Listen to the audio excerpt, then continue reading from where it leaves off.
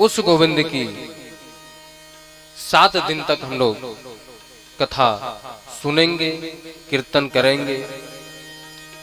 सच्चिदानंद रूप आया, जो सत चित आनंद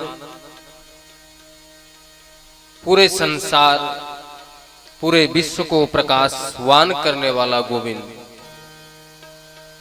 जो सत्य सनातन है, अजर अमर शाश्वत है, जिसको देखने से, जिसको सुनने से, जिसको पाने से, जिसको छूने से आनंद की प्राप्ति हो जाए, वह मेरा गोविंद।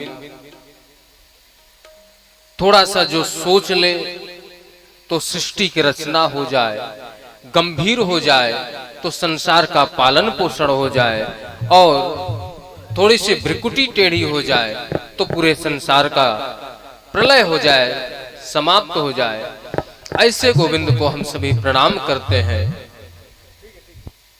भगवान गोविंद के नाम सुमिरण से तीनों प्रकार के ताप समाप्त हो जाते हैं। दैहिक, दैविक, भौतिक ताप। एक सामाजिक कार्य यदि हम लोग समाज के अनुसार नहीं चलेंगे तो समाज के लोग हमारा बहिष्कार कर देंगे, कष्ट देंगे। शरीर का श्रृंगार करके नहीं चलेंगे, शरीर की सेवा नहीं करेंगे तो शरीर के तरफ से भी हमें कष्ट मिलेगा। ये देवताओं की पूजा पाठ नहीं किया तो देवता भी नाराज हो जाएंगे, कष्ट देंगे। तीनों प्रकार के ताप से दूर होना है तो केवल भगवान का नाम सुमिरन, नाम संकीर्तन। प्रश्न आता है, क्या जो कीर्तन करता है, जो भजन करता है, जो कथा करता है, लागी करहि सब प्रीति, स्वार्थ लागी करहि सब प्रीति, स्वार्थ लागी करहि सब प्रीति।